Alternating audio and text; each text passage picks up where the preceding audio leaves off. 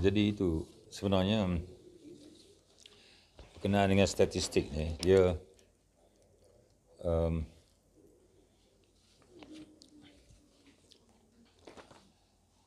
berdasar begini. Sebab kalau sekiranya saya kalau tengok dari segi perikanan, kita ada lebih kurang dalam 165 orang peternak yang terjejah di semua daerah kecuali Bentong dengan Cameron Highland. Jadi daripada kerugian yang anggarkan lebih kurang dalam 39 juta. Dan pihak ni agensi, maknanya Jabatan Perikanan telah meneliti dan kemungkinan maknanya dicadangkan bantuan lebih kurang dalam 1.4 juta. Sebab kita tidak bagikan ganti rugi sepenuhnya. Ya, ini ada kriteria yang telah ditetapkan. Jadi itu dari segi ini perikanan, ya. Dari segi ternakan begitu juga, ya. Saya mungkin tak dapat nak bagikan dia punya statistik dari segi ternakan, tapi ternakan ramai juga yang sebenarnya yang terjejas. Kalau dilihat dari segi ini, maknanya seramai 577 peternak atau pemilik haiwan telah terlibat dengan banjir yang melanda negeri Pahang, dan iaitu di antara tu 74 orang peternak mengalami kerosakan kandang dengan jumlah kerosakan 331,000, dan 20,617 ni ternakan yang telah mati. Dan ini melibatkan 192 orang peternak. Dan bila kita lihat dari segitu,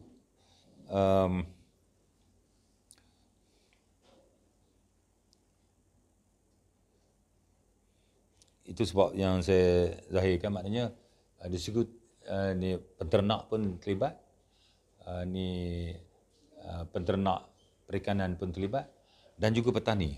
Petani tu banyak juga. Petani yang terlibatnya boleh kata di daerah-daerah, di Raub, di Lipis, di Maran, di Temeloh, di Pekan, ya, terlibat sama. Di mana tanaman mereka ditenggelami air dan rosak. Malahan bukan saja tanaman, infrastruktur ni musnah. Dan dalam konteks seumpama ini, kita telah minta supaya semua agensi mengumpulkan data-data ini dan mengemukakan kepada jabatan masing-masing. Ya, sebab saluran dia begitu.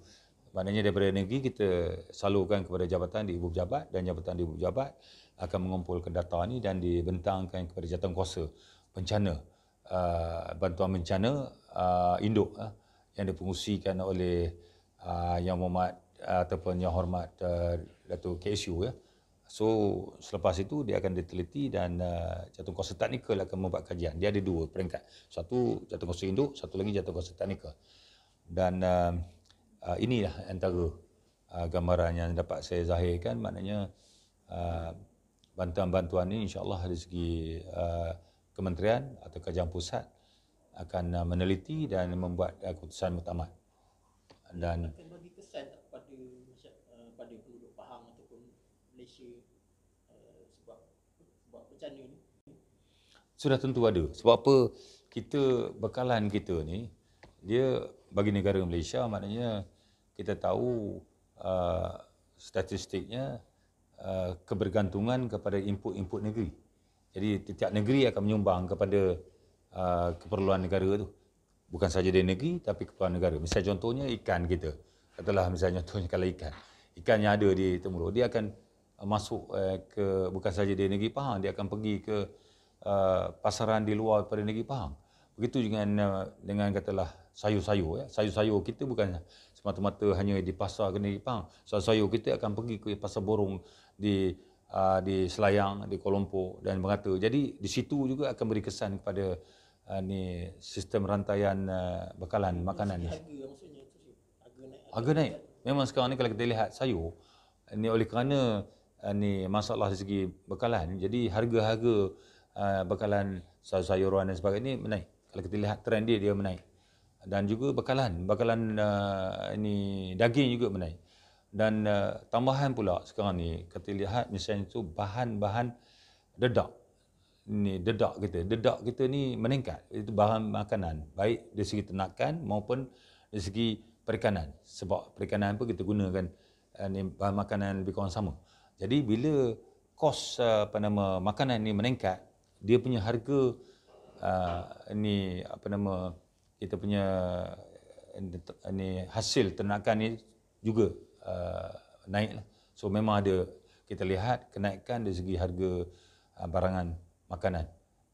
Ekoran bukan saja dari segi kenaikan harga bakalan makanan ni tadi, tetapi ekoran daripada banjir. Sebenarnya untuk makluman, ni dedak atau bahan makanan ni bukan saja naik di Malaysia ni. Dia merupakan satu fenomena global. Fenomena global di mana bahan makanan, baik bijiran jagung atau makanan ni untuk ternakan di seluruh dunia ni meningkat.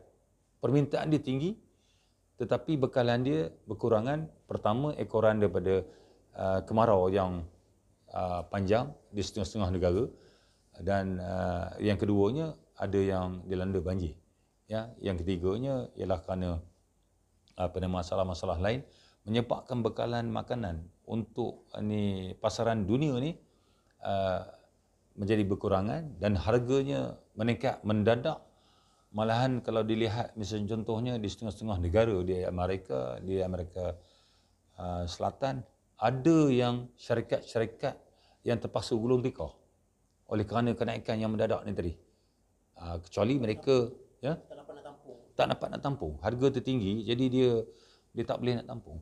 Jadi bila kena keadaan macam tu, dia terpaksa menaikkan harga barangan.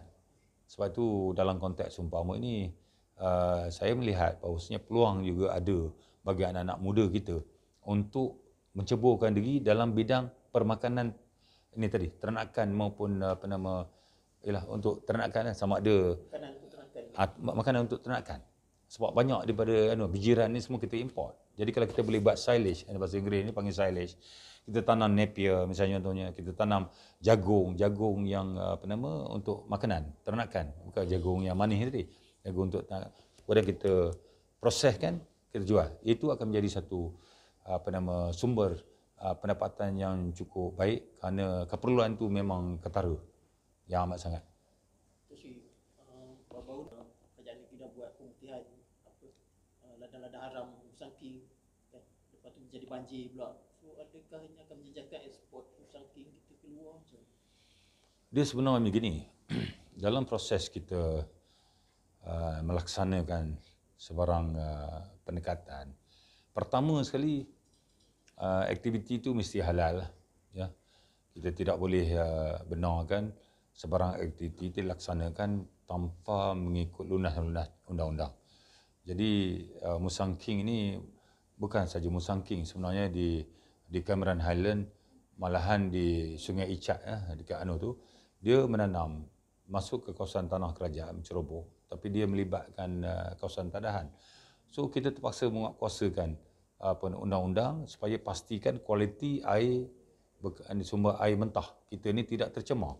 Kerana bila kita buat tanaman di situ dekat kawasan kawasan tadahan, maka kita akan menggunakan banyak input pertanian yang berbentuk chemical. Dan ini tidak baik untuk kesihatan lah, sebab kita perlukan air itu untuk bekalkan kepada masyarakat. Ya. So kita ambil tindakan. Jadi dalam konteks umpama itu dalam konteks di Cameron Highland. Ya. Tapi dalam konteks tempat lain mungkin ada kawasan-kawasan yang kita perlu pastikan supaya aktiviti pertanian mereka ini terkawal.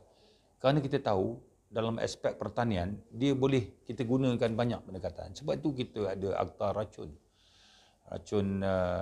berbahaya yang dibuat kawalan. Ada setengah input ataupun chemical ni tidak boleh digunakan kerana dia memberi kesan kepada kesihatan masyarakat.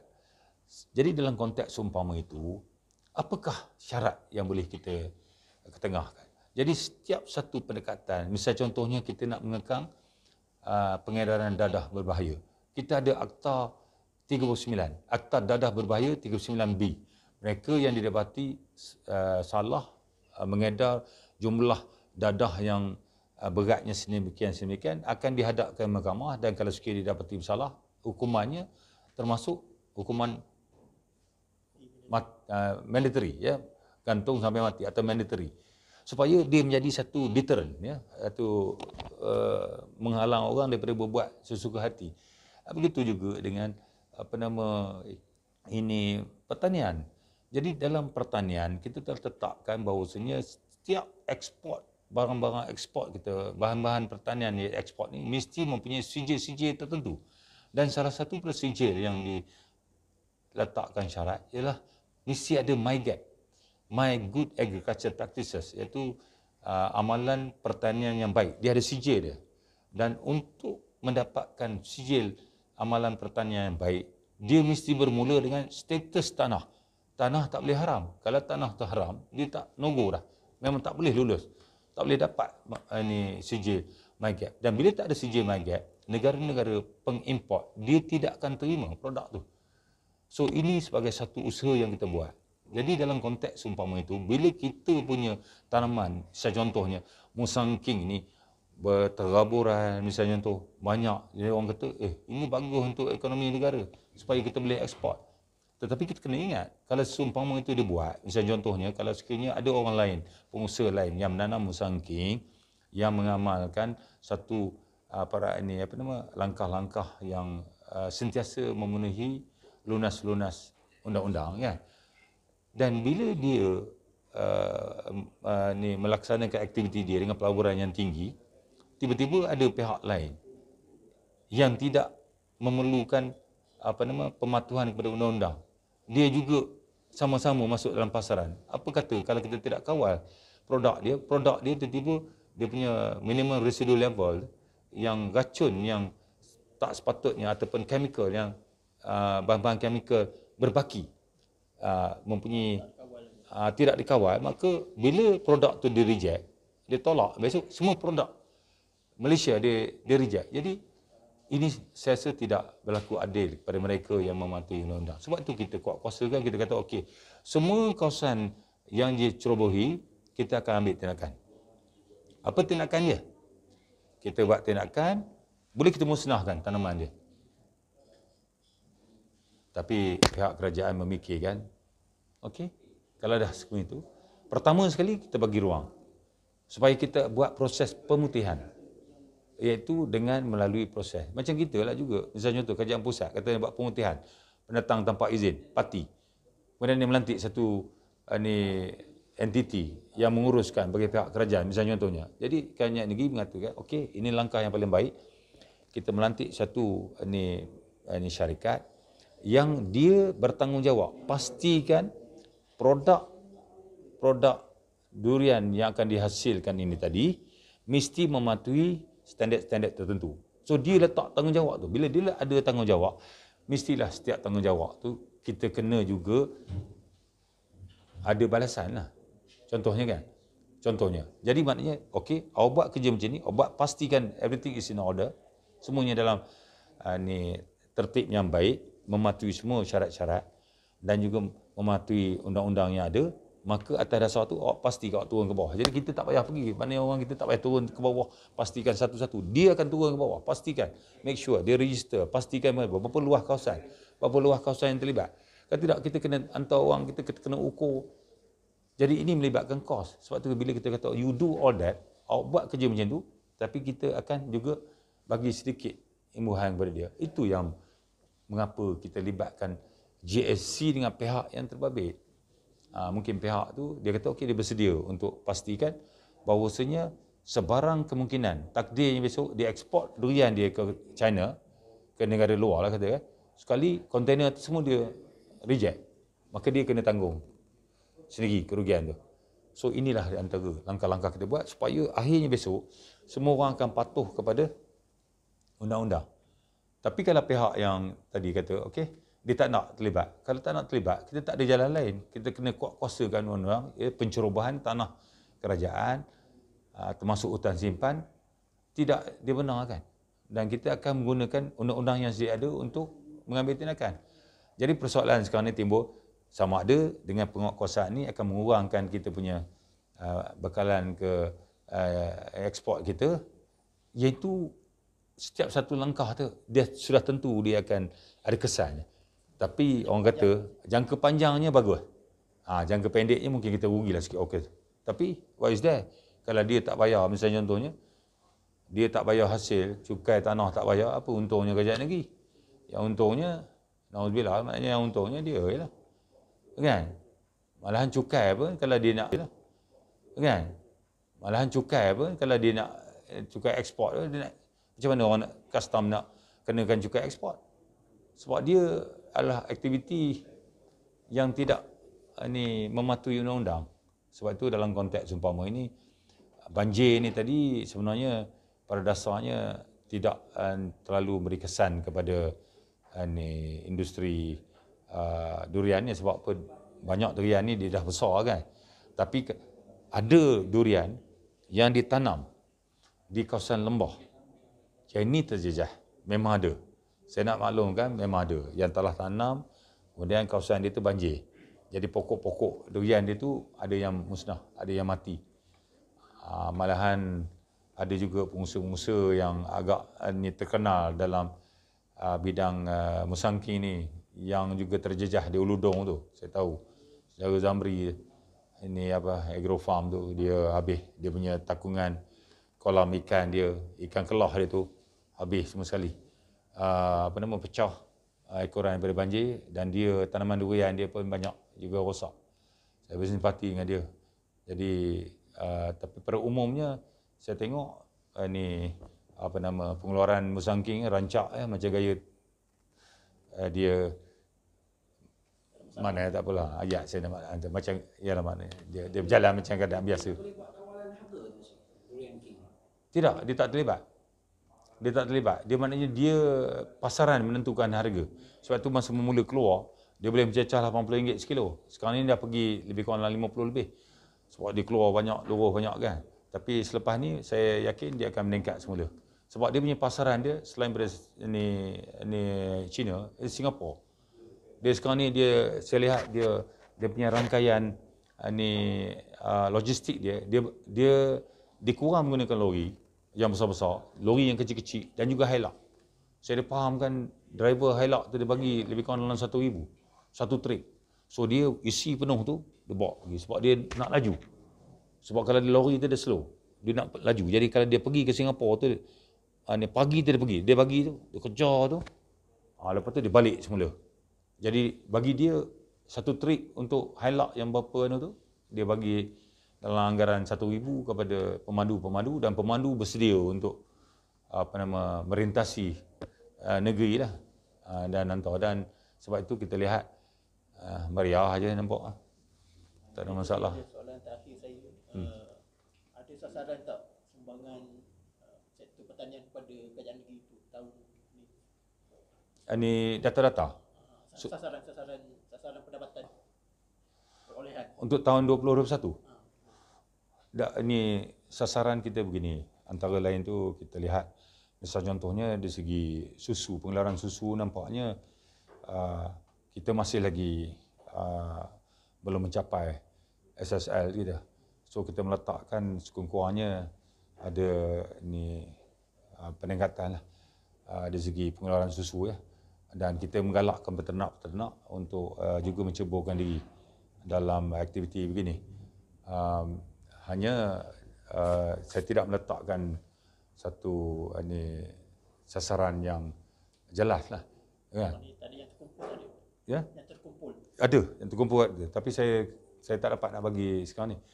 Kalau yang macam telur, misalnya contohnya katalah telur. Saya bagi contoh lah. Saya bagi dari segi ternakan ya. Kalau dari segi ternakan, misalnya contohnya kita lihat misalnya contohnya kan pengeluaran kan. Kita lihat di sini pengeluaran daging lembu kerbau kan. Jumlah pengeluaran negeri ialah 5,823 metrik tan. Jadi mana kadar sara hidup negeri ni baru pergi 49.81%. Tak sampai, mana lebih kurang 50%. Yang 5,800 ni makna kita sasaran, kalau kita lihat keperluan kita dalam 10,000. Jadi kita hanya mencapai lebih kurang separuh daripada itu. Tapi ni itu yang daging lembu dengan kerbau. Daging kambing dengan itik ni sikit lah. Dia kita keluar. Maksudnya Ya? masih banyak. Oh, masuk banyak. Itik dengan ni kambing dengan itik ni maknanya kita ada 216 metrik tan je, iaitu lebih kurang dalam 10% saja. 10% baru. Maknanya yang lain tu memang 10% baru. Maknanya yang lain tu memang ini kita terpaksa import daripada luar, ya. Mana import ni maksudnya import ni dua lah, satu daripada negara luar, satu daripada negeri lain lah. Itu kita panggil import, ya. Okey, daging ayam dengan itik ni kita ada 82,205 metrik tan, iaitu lebih kurang 88%. Untuk tahun yang ini saya pasal ambil yang tahun 2019. Sebab yang 2020 punya belum ada lagi dia punya statistik. Jadi ni 2019. Ini sebagai contoh. Kemudian susu memang lebih. Susu ni tadi kita 5,020 sebab kita ada farm fresh kan. Kita ada Holstein dekat dengan Muazzam. Jadi itu pengeluar. Jadi kita ada 143. Maknanya susu ni untuk negeri Pahang, mungkin orang Pahang kita tak minum banyak sangat susu. Dah 143. Jadi maknanya keperluan tu peratus ya, 143%. Jadi ada lebihan dari segitu. Lepas tu telur ayam dengan telur itik 18,941 metrik tan. Jadi ini baru pergi 3.5%. Maknanya sikit lagi. Telur tak cukup di negeri kita. Ini sebagai contoh lah. Sebab tu dalam konteks umpama ni saya menyatakan bahawa anak-anak muda sebenarnya kalau dia teliti di segitu, dia nampak ini ada peluang yang cukup baik, yang kira dia boleh menceburkan diri. Sektor pertanian menyumbangkan berapa persen daripada pendapatan kerajaan negeri? Pertanian ni kita masih lagi sebenarnya sektor pertanian ni. Sebab apa? Bila sebut sektor pertanian saya kena perbetulkan. Sebab ada istilah mengatakan okey, kelapa sawit sama tu dia kira bawah pertanian juga. Dalam konteks macam kita sekarang ni, kalau dikaji di segitu maknanya besar. Sebab kita ladang Pelda berapa banyak, ladang anak syarikat kerajaan negeri berapa banyak. Sebab ladang sawit dengan ladang maksud saya ladang sawit lah. Sebab getah dia tak jadi jadi setengah tu dia komuniti kan. Sebab kita nama kan sebab getah ni komuniti. Kalau ikut dari kementerian ni, sawit ni tadi pun komoditi. Dia bawah MPO, dia bawah kementerian. Tapi kita kalau tengok dari segi kita sektor, kita lihat bahawasanya pertanian ni merangkumi sawit. Sudah tentu dia punya GDP dia sumbangan pada peratusan GDP negeri memang tinggi lah. Kita masih lagi sebuah negeri yang berasaskan pertanian. Kata-kata. Antara sektor utama. Antara sektor utama. Memang antara sektor utama. Yang masih lagi memerlukan. Sebab tu. Terima kasihlah dari segi tu ya. Terima kasih banyak.